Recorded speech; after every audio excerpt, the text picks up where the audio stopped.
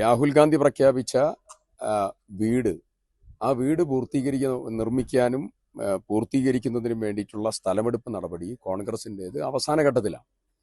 അതിൽ എന്തുകൊണ്ട് ഇതുവരെ തടസ്സം വന്നു എന്നുള്ളത് കൃത്യമായി ഒന്ന് പൊതുസമൂഹം അറിയേണ്ടതുണ്ട്.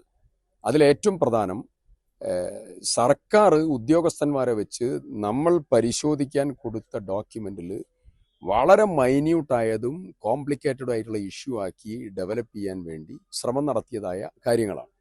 ഞങ്ങൾ 50ഓളം വരുന്ന ഡോക്യുമെന്റുകൾ നമ്മളിപ്പോൾ പരിശോധിച്ചിട്ടുണ്ട്. ആ ഓരോ ഡോക്യുമെന്റും പരിശോധിക്കാൻ സമയമെടുത്തു.